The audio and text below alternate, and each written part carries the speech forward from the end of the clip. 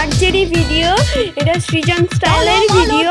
তো এখানে আমরা গিয়েছিলাম আমি আর আমার দিদি, তো সেখানে গিয়ে দেখা হয়ে যায় আমার জেমার বড় মেয়ের সঙ্গে, তারাও গিয়েছিল। তো এখানে শুভশ্রীদিকে দেখার জন্য আমি অনেকক্ষণ ওয়েট করেছি। তো তখন স্টেজ পারফরমেন্স করছিল, মানে মডেলের পাশে স্টেজ হয়েছিল সেখানে। দেন তারপরে অনেক ওয়েট করার পরে এখানে আমি শুভশ্রীদিকে দেখতে পাই।